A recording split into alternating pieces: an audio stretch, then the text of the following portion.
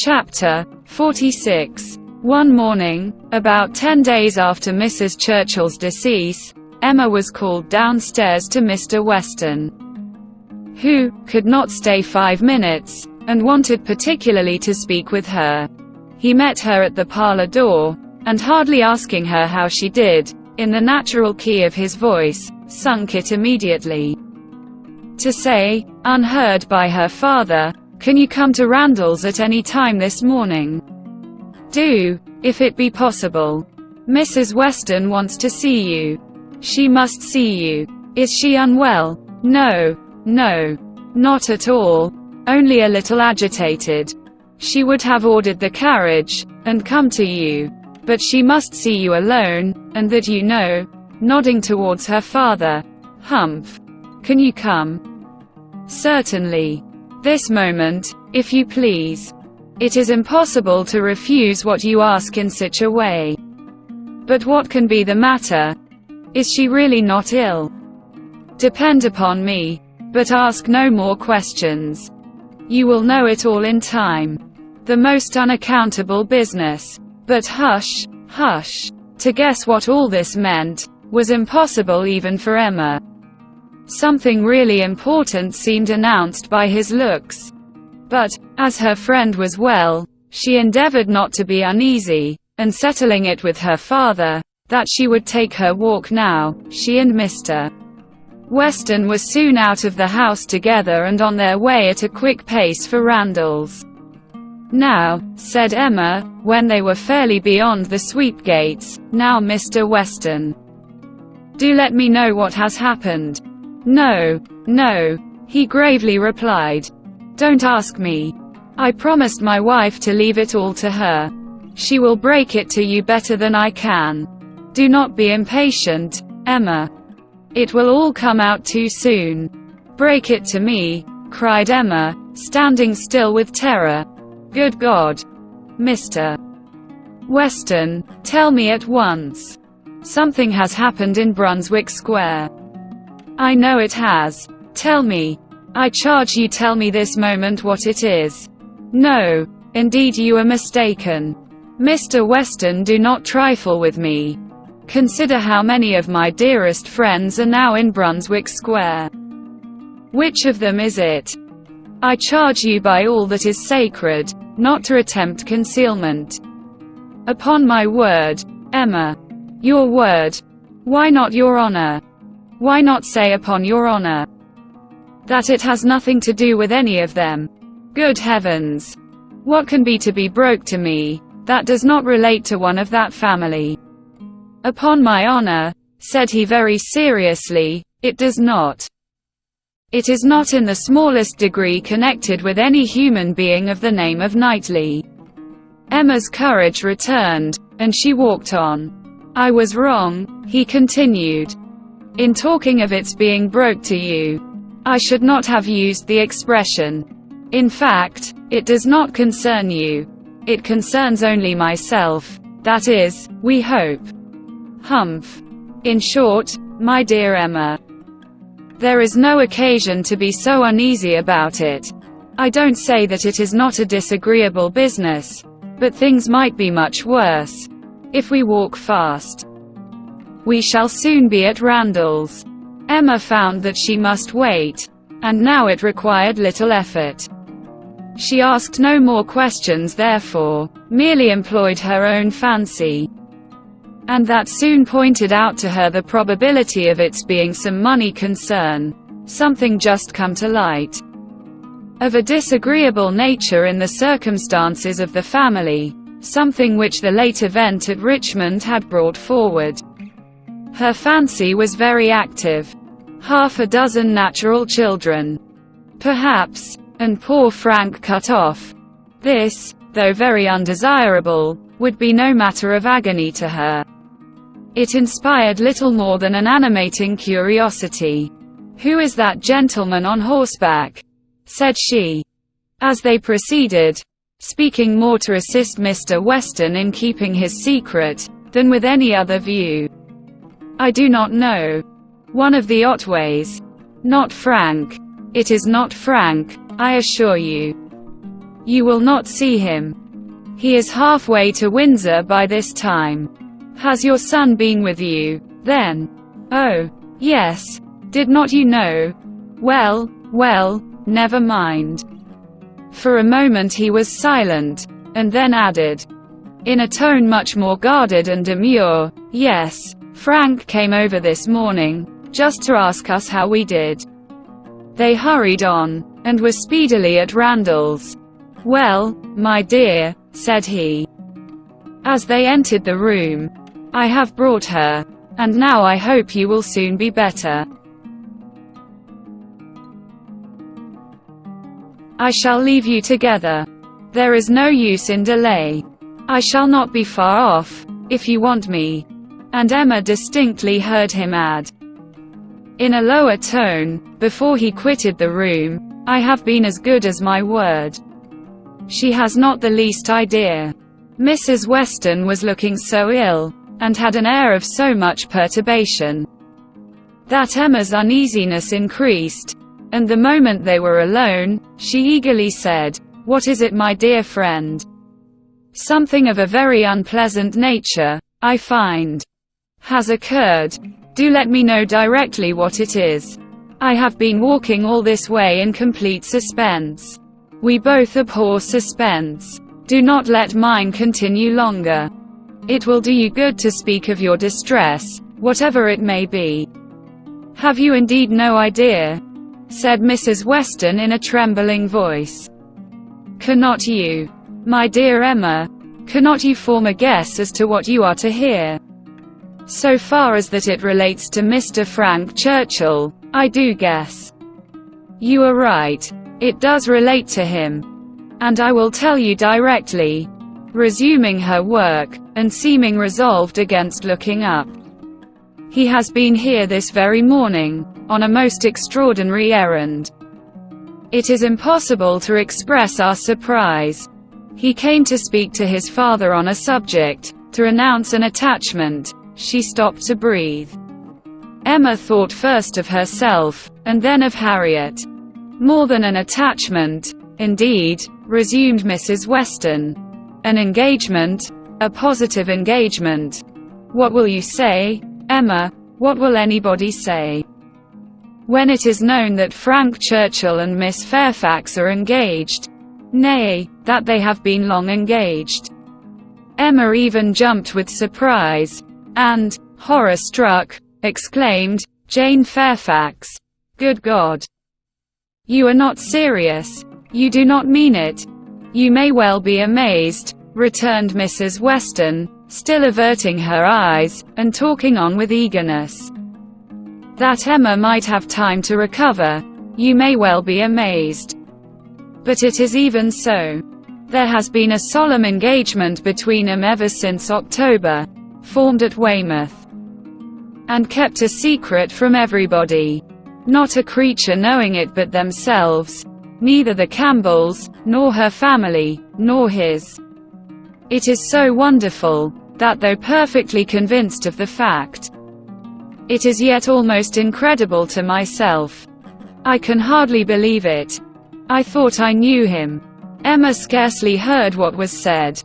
Her mind was divided between two ideas, her own former conversations with him about Miss Fairfax, and poor Harriet, and for some time she could only exclaim, and require confirmation, repeated confirmation. Well, said she at last, trying to recover herself. This is a circumstance which I must think of at least half a day, before I can at all comprehend it. What? Engaged to her all the winter, before either of them came to Highbury. Engaged since October, secretly engaged. It has hurt me, Emma, very much. It has hurt his father equally. Some part of his conduct we cannot excuse. Emma pondered a moment, and then replied, I will not pretend not to understand you, and to give you all the relief in my power. Be assured that no such effect has followed his attentions to me, as you are apprehensive of. Mrs. Weston looked up, afraid to believe, but Emma's countenance was as steady as her words. that you may have less difficulty in believing this boast of my present perfect indifference, she continued, I will farther tell you that there was a period in the early part of our acquaintance when I did like him, when I was very much disposed to be attached to him, nay, was attached, and how it came to cease, is perhaps the wonder. Fortunately, however, it did cease. I have really for some time past, for at least these 3 months, cared nothing about him. You may believe me, Mrs. Weston. This is the simple truth. Mrs. Weston kissed her with tears of joy, and when she could find utterance, assured her that this protestation had done her more good than anything else in the world could do. Mr. Weston will be almost as much relieved as myself, said she. On this point we have been wretched. It was our darling wish that you might be attached to each other, and we were persuaded that it was so.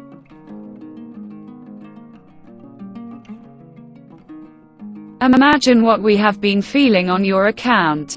I have escaped, and that I should escape may be a matter of grateful wonder to you and myself.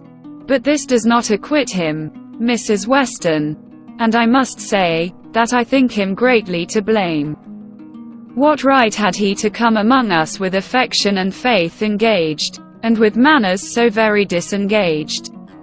What right had he to endeavor to please, as he certainly did, to distinguish any one young woman with persevering attention, as he certainly did, while he really belonged to another? How could he tell what mischief he might be doing?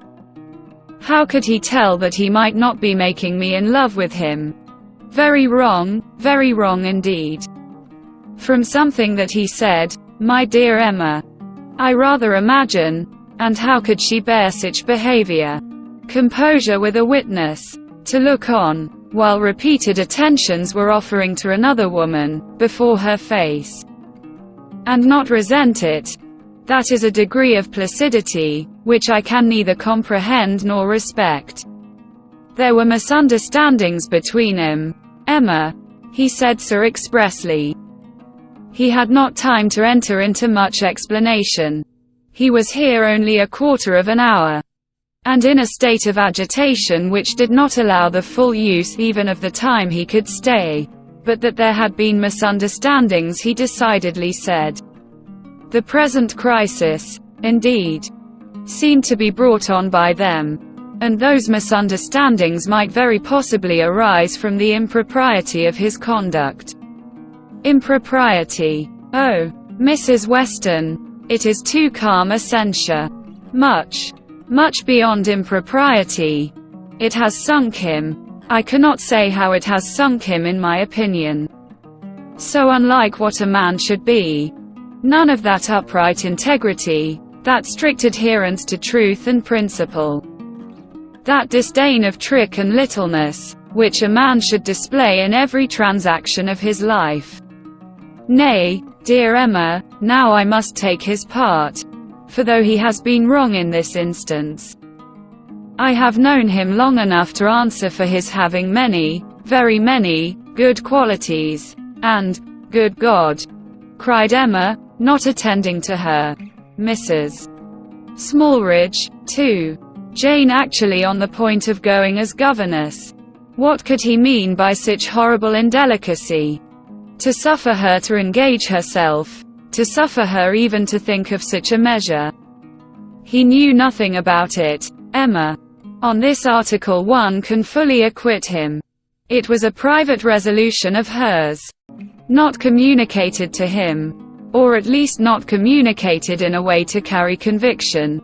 Till yesterday, I know he said he was in the dark as to her plans.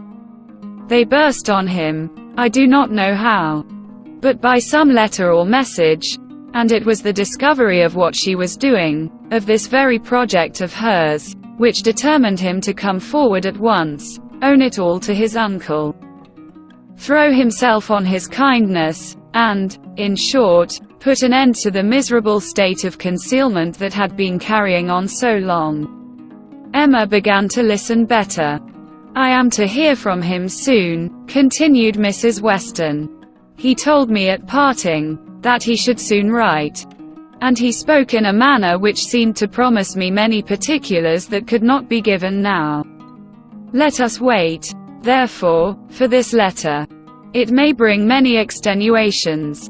It may make many things intelligible and excusable which now are not to be understood.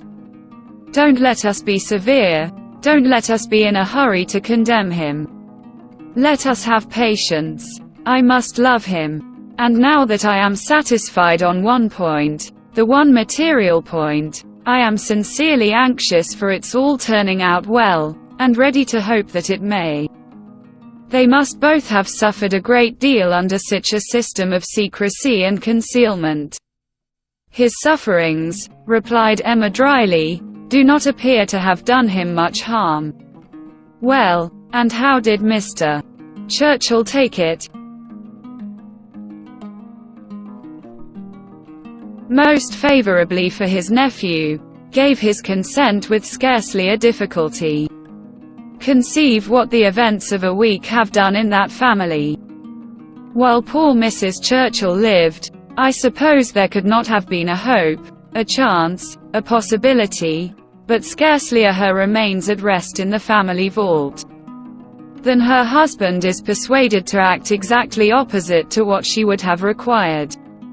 What a blessing it is, when undue influence does not survive the grave. He gave his consent with very little persuasion. Ah, thought Emma, he would have done as much for Harriet.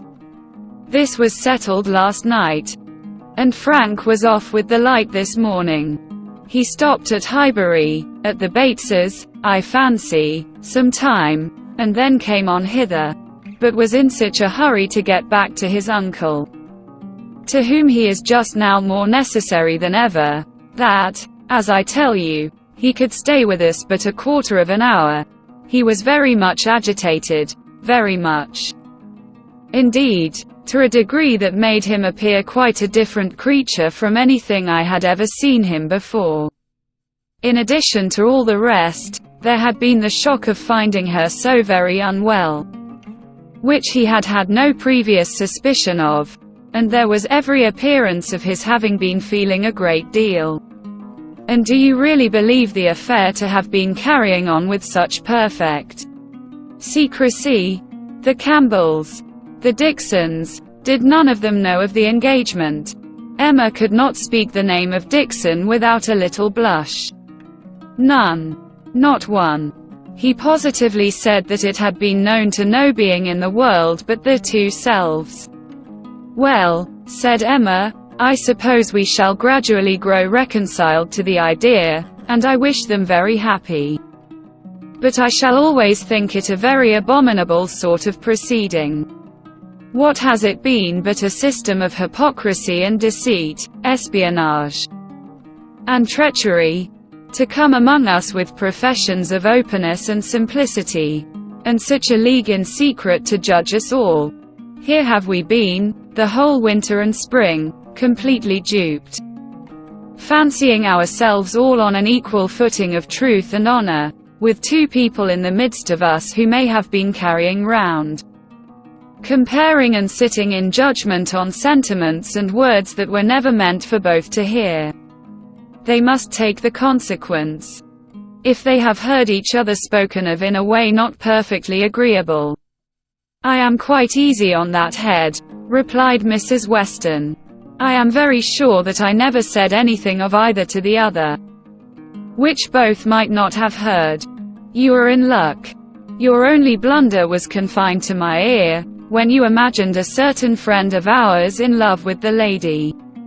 True. But as I have always had a thoroughly good opinion of Miss Fairfax, I never could, under any blunder, have spoken ill of her, and as to speaking ill of him, there I must have been safe. At this moment Mr. Weston appeared at a little distance from the window, evidently on the watch. His wife gave him a look which invited him in, and, while he was coming round, added, Now, dearest Emma, Let me entreat you to say and look everything that may set his heart at ease, and incline him to be satisfied with the match. Let us make the best of it. And, indeed, almost everything may be fairly said in her favor.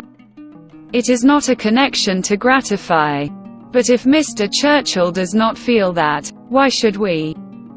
And it may be a very fortunate circumstance for him, for Frank, I mean, that he should have attached himself to a girl of such steadiness of character and good judgment as I have always given her credit for, and still am disposed to give her credit for, in spite of this one great deviation from the strict rule of right. And how much may be said in her situation for even that error? Much, indeed, cried Emma feelingly. If a woman can ever be excused for thinking only of herself, it is in a situation like Jane Fairfax's.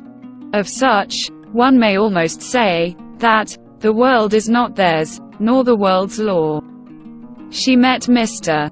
Weston on his entrance, with a smiling countenance, exclaiming, "A very pretty trick you have been playing me, upon my word."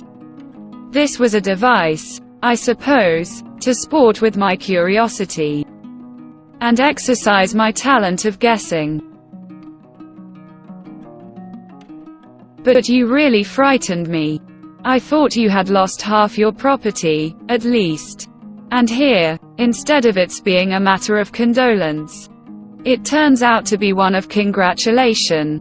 I congratulate you, Mr. Weston, with all my heart, on the prospect of having one of the most lovely and accomplished young women in England for your daughter.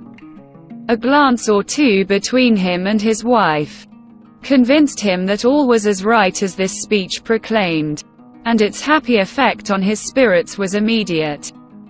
His air and voice recovered their usual briskness. He shook her heartily and gratefully by the hand, and entered on the subject in a manner to prove that he now only wanted time and persuasion to think the engagement no very bad thing.